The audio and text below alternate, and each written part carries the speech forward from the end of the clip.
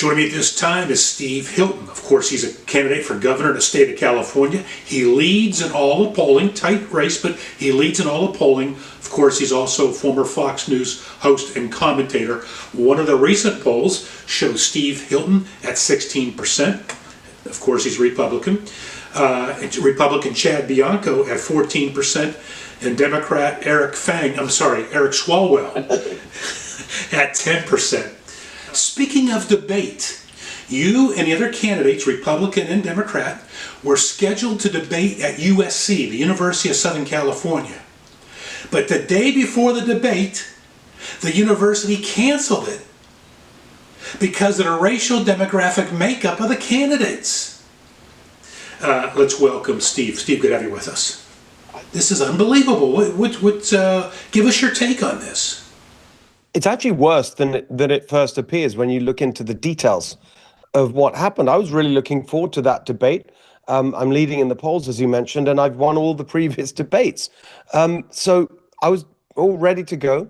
And a few days before the debate, this is what actually happened. They published the criteria, and the criteria were based on polling and fundraising. And a bunch of the Democrats, who I call the LPDs, the low polling Democrats, were excluded because they are polling in 1, 2, 3, 4%, have no chance whatever of being the next governor. And so they didn't make the cut. So, of course, because they all happen to be, as the Democrats say, people of color, non-white, they started jumping up and down, complaining that it was racism. It was because of our race that we were excluded. Of course, it wasn't because of their race. It was because they weren't doing well enough in the race. So that all happened at the end of the previous week, and all these people were like Antonio Villaraigosa and Javier Becerra were making social media videos about it and trying to whip up some attention. Fair enough. That's their job. They're candidates. I thought nothing more of it. Then on Monday, this is what happened. Suddenly, it got massively escalated because now it wasn't just a few random candidates with no chance complaining.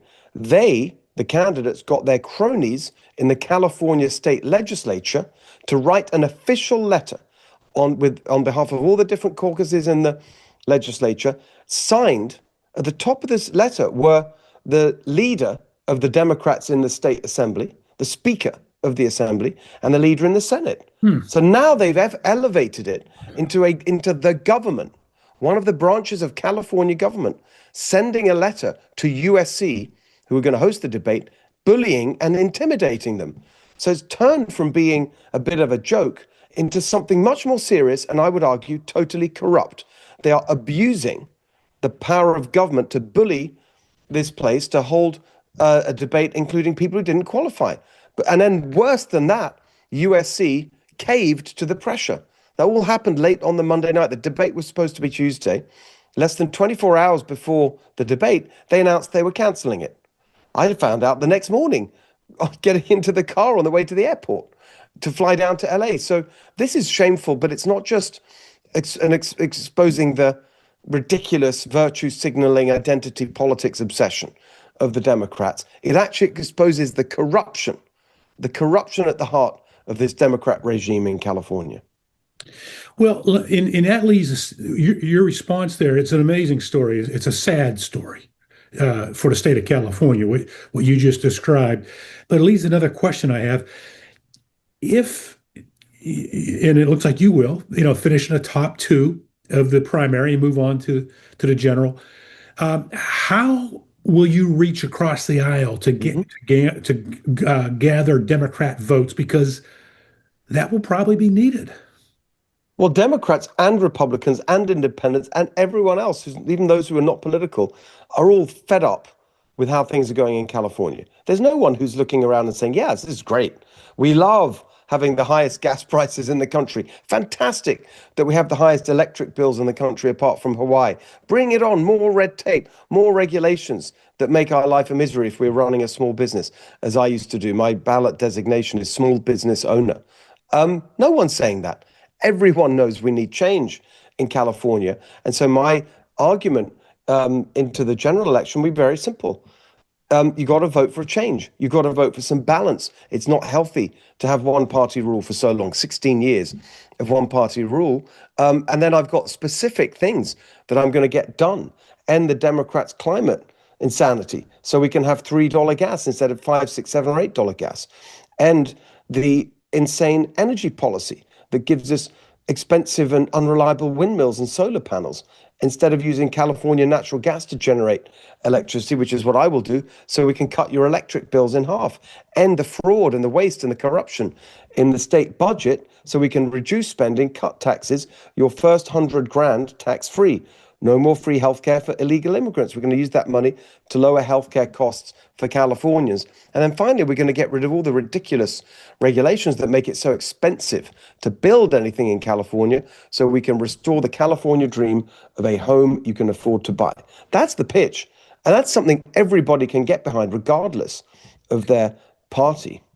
Well, and to make your point, Los Angeles County, as I'm sure you're well aware, has the highest, or should I say, the lowest drop, the highest drop in population Yeah. of any county in America. People are leaving. They're voting with their feet.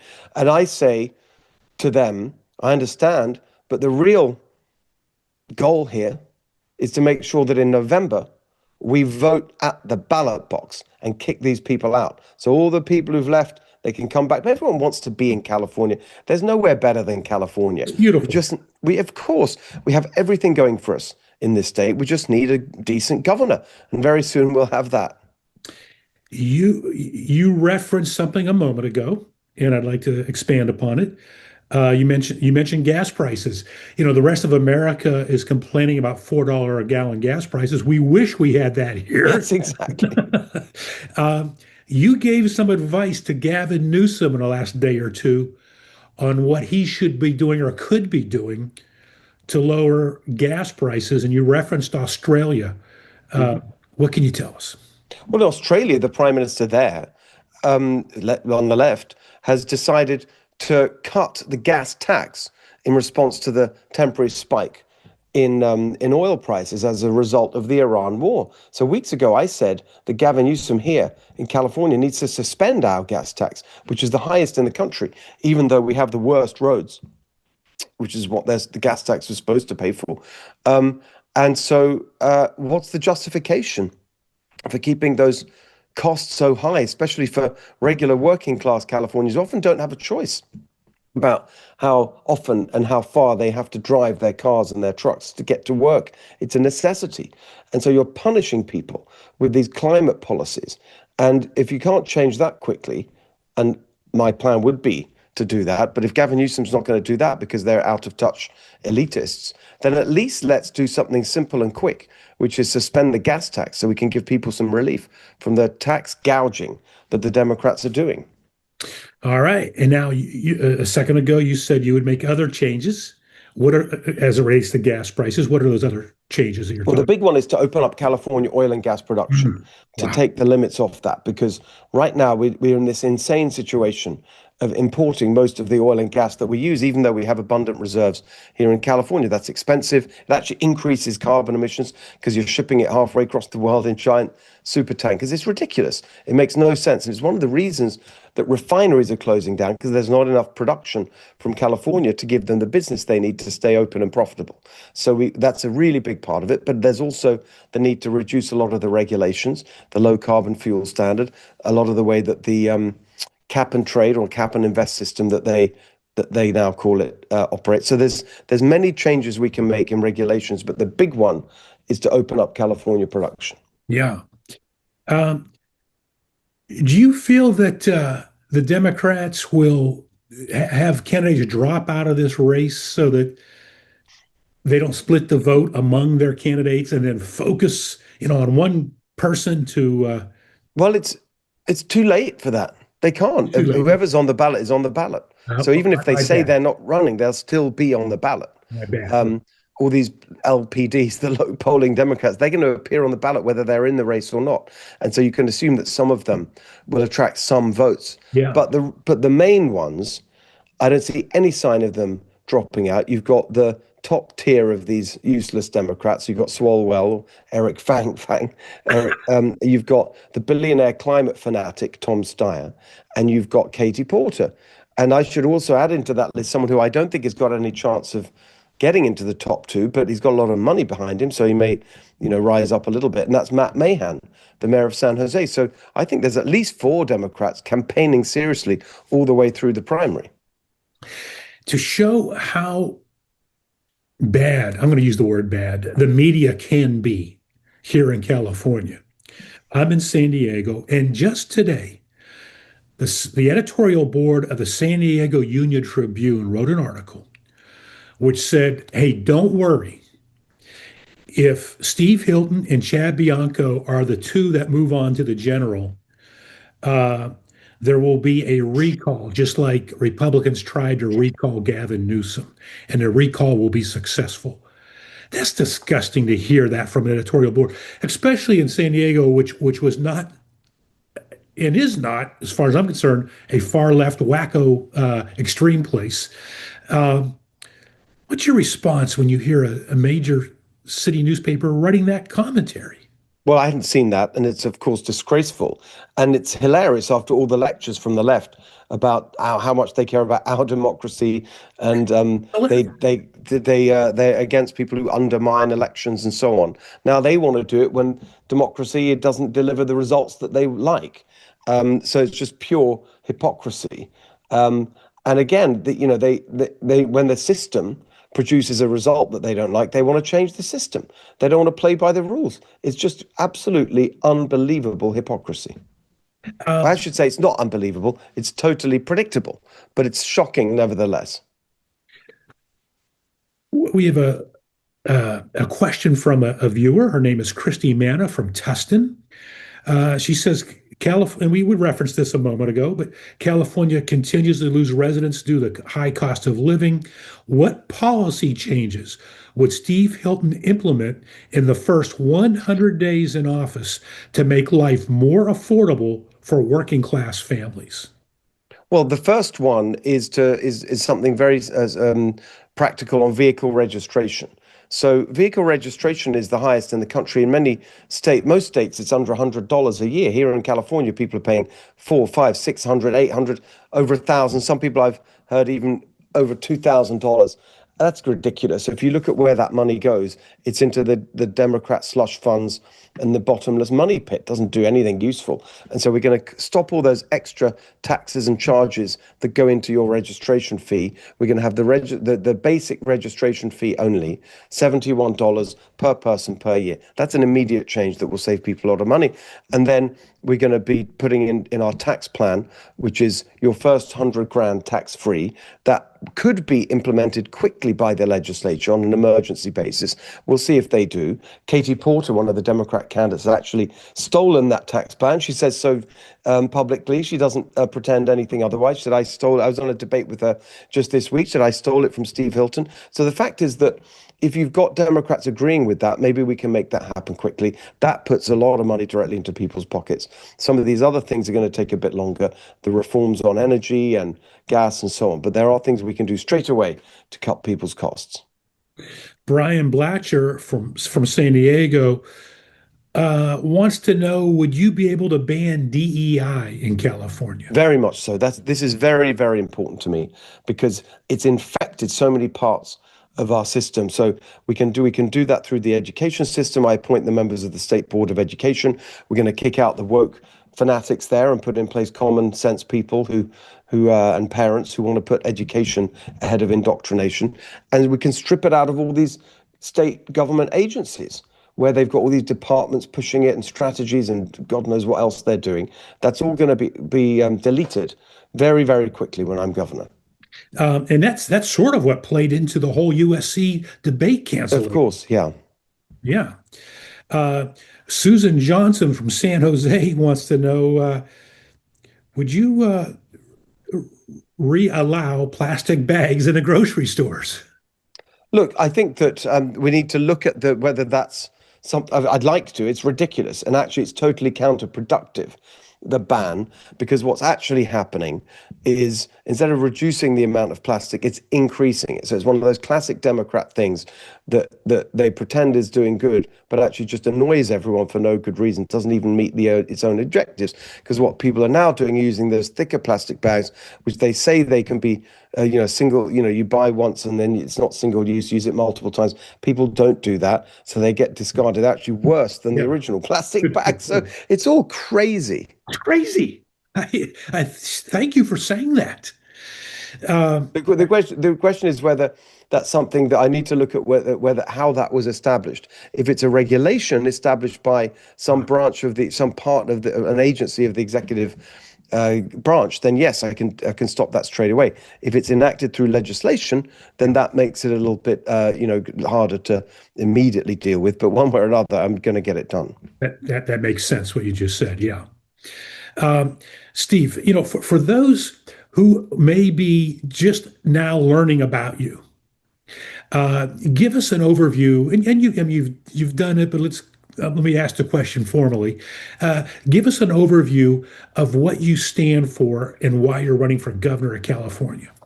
So I love this state so much. Moved here in 2012 with my wife and my two children, and I've raised my family here, taught at Stanford University, started a business here, made my life here. It's the greatest place in the world, as far as I'm concerned, the absolute crown jewel of America, but being completely tarnished by this appalling far left, corrupt, failed Democrat regime, one party rule over the last 16 years, and we need to kick them out. And we need a fresh start, but it's going to be common sense. The main thing people need to understand about me is that I'm a pragmatic, problem-solving business guy. Most of my career has been in business.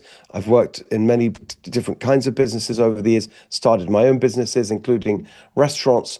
And so that's how I approach things, not ideologically, not in a divisive way, but just common sense, solving problems. Very similar kind of attitude that you see from the president in the White House, and what a difference that makes.